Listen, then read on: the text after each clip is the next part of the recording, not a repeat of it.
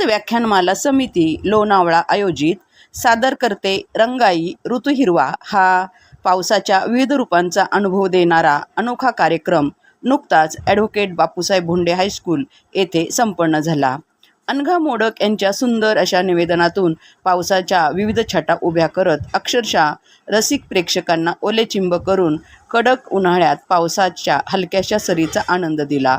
पाहूया वसंत व्याख्यानमाला समारोपाचा या बहारदार कार्यक्रमाचा वृत्तांत. सातारकर, रामदासी, शेवडे बिवडे उत्तम कीर्तनकार, पण म्हणजे आम्ही कीर्तन करूच नाहीये की काय, हाच धागा पकडून मी म्हणते, म्हणजे आम्ही बोलूच नाहीये की काय. असतील अनंत दिग्गज व्याख्याते, निवेदनकार, नाही का, पण सर्वस्वी भान आहे मला की हे बोलणाऱ्या पुलंचा घडा हा पूर्णपणे ओसंडून वाहणारा होता. म्हणूनच हे आव्हानात्मक बोलणे त्यांना शोभले. तर आजच्या कार्यक्रमाकडे वळताना मी यावर्षीचे कार्यकारिणी अध्यक्ष श्री नितीनजी तिकोणे सर यांना विनंती करते की मंचावरील कलाकार मंडळींना घेऊन आपण आजचे सरस्वती पूजन व दीप प्रज्वलन करावे.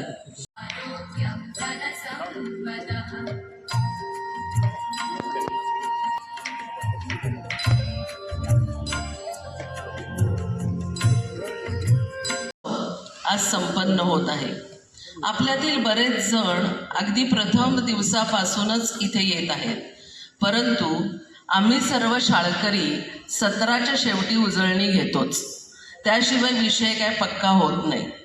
आणि कच्ची मडकी आम्ही कधीच ठेवत नाही. मडकी पक्की करण्यासाठी मातृभाषा, परिसर भाषा यातून संवाद साधावाच लागतो. हा आपला धडा बळकट करून नेणारे 3-4 दिग्गज गेल्या 5-6 दिवसात आपण ऐकले. त्यामुळं काय झालं माहिती आहे का, नव्हतं नक्कीच. त्यांचा बोलविता धनी कुणी वेगळाच होता. परंतु इंग्रजी माध्यमाच्या भोंडे शाळेत मराठी किंवा हिंदीतून बेसिक कन्सेप्ट का क्लिअर केल्या जातात हे आक्षेपार्हांना नक्कीच कळलं असेल. सुभाषिताने प्रेरित होऊन ज्ञान, संस्कार आणि संस्कृती यांचा वसंताच्या मंद झुळुकीत विचारांचे नवे कोंब फुटले. लोणावळ्या नगरीत फुलली वसंताच्या मंद झुळुकीत विचारांचे नवे कोंब फुटले. शब्दांच्या फुलांनी सजली व्याख्यानमाला आणि ज्ञाना. त्यांचे पदाधिकारी, सदस्य यांचे सहकार्य व उपस्थितीबद्दल मी आभार व्यक्त करतो. संधी देता मला याचा आनंद वाटतो. एक नक्की की हा चमू तसाच राहील, मी एकटी नाही, आम्ही सगळे मिळून पुढच्या वर्षी तुमच्यासाठी नवा कार्यक्रम घेऊन येऊ याची ग्वाही सगळ्यांच्या वतीनं देते. आणि मलाही सांगायला आनंद वाटतो की 25 वर्षातलं हे आमचं 9वं आणि पुढचं 10वं वर्ष असेल. त्यामुळे 25 वर्षातली 10 वर्ष आम्हीच इथे कार्यक्रम सादर करू शकलो याच्यासारखा मोठा आनंद नाही. त्यामुळे मनापासून कृतज्ञता पुन्हा एकदा. आणि दुसरी सगळ्यात महत्त्वाची गोष्ट जी सरांनी सांगितली, मला सगळ्यांनी प्रश्न विचारला होता की तू ग्रीष्मात ऋतू हिरवा लोणावळ्यात सादर करतेस, पाऊसच पडला नाही तर पावसाची गाणी कशी गाणार आहेस. त्याचं उत्तर पावसानेच येऊन दिलं. तो फक्त हजेरी लावून दिला. तो म्हणाला तथास्तु, तू काळजी करू नकोस, ऋतू हिरवा इथे होईल.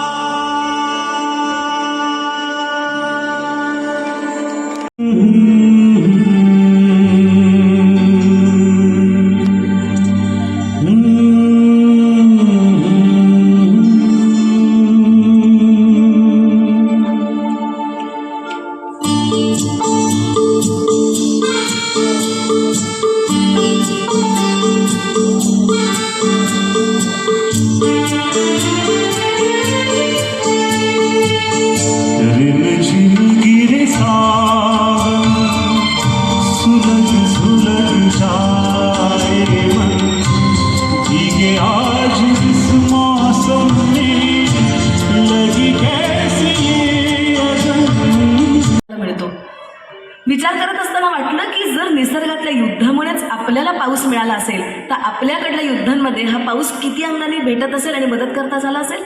शोध घेतला आणि आश्चर्य वाटावं असे दाखले समोर येऊन थांबले.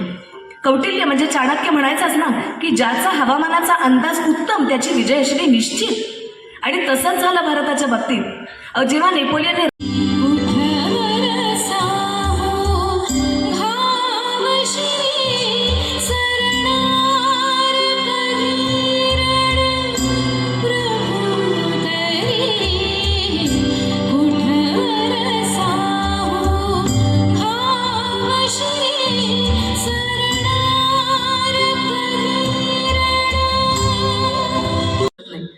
पण निसर्ग नक्की करू शकतो आणि त्याचं विलक्षण उदाहरण पावसाशी जोडलेलं आहे. आज खरं तर खूप गोष्टी किस्से नाही आहेत. आज ह्याच माहितीतून अनेक पाऊस तुमच्यासमोर उलगडले जाणार आहेत. तसाच एक अप्रतिम प्रसंगाचे हे जीवाणू. हे जीवाणू काय करत असतील तर त्यांचं जशी आपली तुमची आमची आत्ता उन्हात तलखली होते तशी त्यांच्याही जीवाची होते आणि ते मरतात. त्यांचं कवकतंतूत म्हणजे बुरशीत रूपांतर होतं.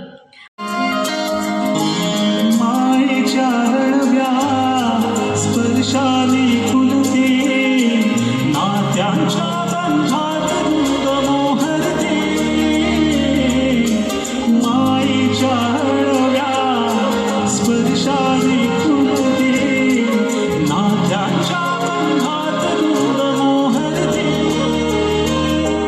मन उधाण वाऱ्याचे तुझ पावसाचे का होते बेभान कसे कधी करते. मन उधाण वाऱ्याचे तुझ पावसाचे का होते बेभान कसे कधी करते. मन उधाण वाऱ्याचे.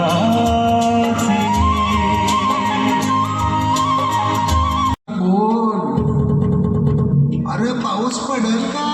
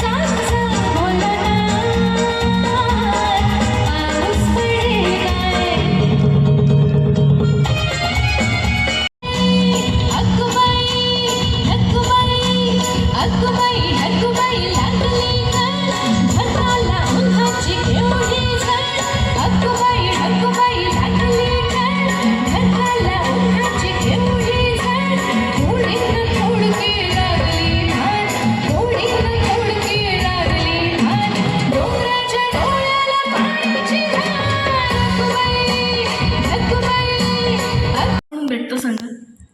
कृष्णाचं चरित्र उघडलं की पावसाच्या वेगवेगळ्या खाणाखुणा दिसतात. गोवर्धन जेव्हा उचलला तेव्हा पावसापासून रक्षण करणारा तो जेव्हा धर्मकर्माचं तत्वज्ञान सांगायला लागतो तेव्हा सावळाहून वेगळाच बरसायला लागतो. कितीतरी पुष्टी देणारे दाखले आहेत पण त्यातला एक दाखला समोर आला आणि अक्षरशः खरं सांगाल तर मनातनं सर्द झाले. झालं होतं असं की काल्पनिक कथा आहे ही मातकथा का दातकथा यात आपण पडू नकोया. घडलं काय तेवढं सांगते.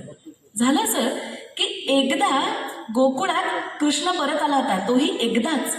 त्यावेळेला साऱ्या गोपिकांना त्याने काही ना काहीतरी दिलं पण त्याच्या प्रिय सखीला त्याने काय दिलं कुणालाच कळलं नाही. सारेच शोध घेत होते की नेमकं तिला दिलं काय. तिच्या चेहऱ्यावर मात्र कायम स्मितहास्य.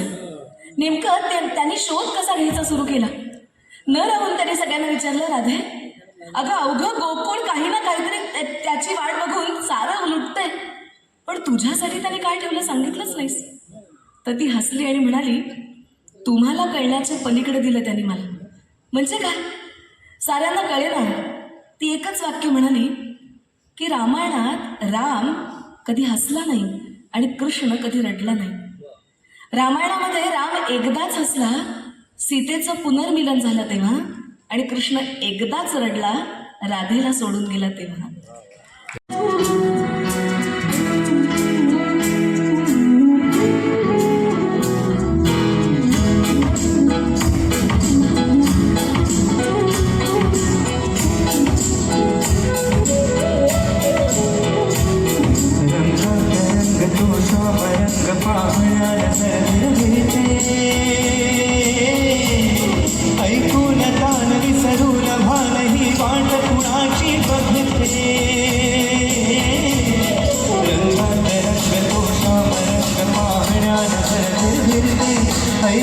तान विसरून भान ही वाट कुणाची बघते त्या सप्तस्वराच्या लाटेवरून साद ऐकुनी होई राधा ही मावळी हरीची राधा ही मावळी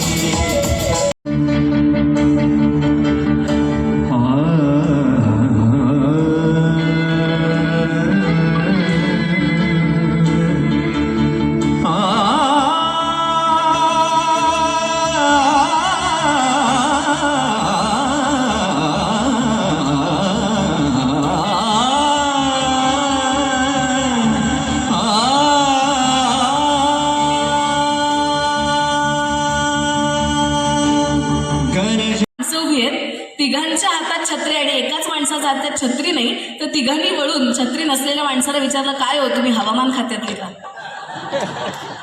तर अशा प्रकारचा हा पाऊस. थोडक्यात काय, त्या ढगाला कळ लागली की त्याचा थेंब थेंब गळणं आपल्याला काय देऊन जाईल सांगता येत नाही. ऐकूया. जीवात जीव गुदमळ तस फिरतीचं वाटतंय पळ तुझ्या तोंडाला तोंड माझं मेळ हग नाही बघून दुश्मन जळ वर ढगाला लागली गळ पाणी थेंब थेंब गळ ढगाला लागली गळ पाणी थेंब थेंब गळ वर ढगाला लागली गळ पाणी थेंब थेंब गळ चल गरानी गाऊया गाणी फिरूया पाखरा संग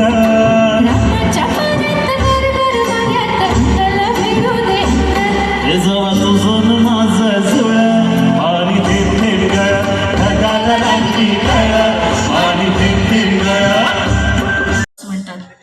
आपल्याकडे तीनही धर्म जे आहेत, म्हणजे जैन, बौद्ध आणि हिंदू, या तिन्ही धर्मांमध्ये या पावसात येणाऱ्या चातुर्मासाला प्रचंड महत्त्व आहे. म्हणजे त्याला पर्युषण म्हणत असतील, वर्षावास म्हणत असतील किंवा चातुर्मास. या चारही महिन्यामध्ये संन्यस्त वृत्ती धारण केलेला माणूस स्थिरावतो. एरवी त्याला दिवसांचं बंधन असतं, पण पावसाचे सगळे विभ्रम लक्षात घेता त्यांना स्थिरावायला सांगतात. कारण असं म्हणणं आहे की पाऊस हा सर्जनाचं प्रतीक आहे आणि म्हणून आपल्याकडे साधकांना ग्रंथ निर्मिती करायला सांगितली आहे. तीनही धर्मातले शेकडो ग्रंथ चातुर्मासात सिद्ध झाले. एकच उदाहरण सांगायचं तर टेंबे स्वामींच्या आयुष्यात जवळपास 23 ते 24 चातुर्मास आले आणि जेवढे चातुर्मास आले तेवढे त्यांनी ग्रंथ सिद्ध केलेले आहेत. ही विलक्षण गोष्ट आहे. अशी ग्रंथ संपदा ही सगळी पावसाने आपल्याला मिळवून दिलेली आहे, म्हणून त्याचे ऋण व्यक्त केले पाहिजेत. आणि सगळ्यात महत्त्वाचं, पावसालाच आपण वारी असं म्हणतो.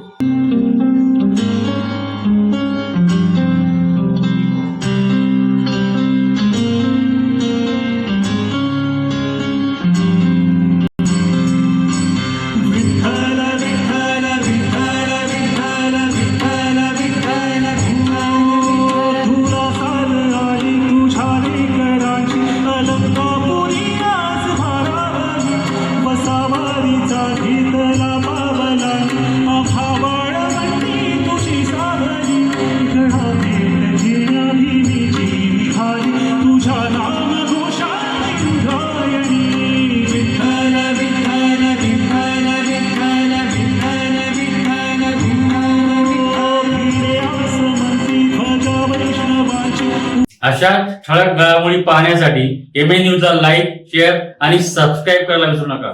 धन्यवाद.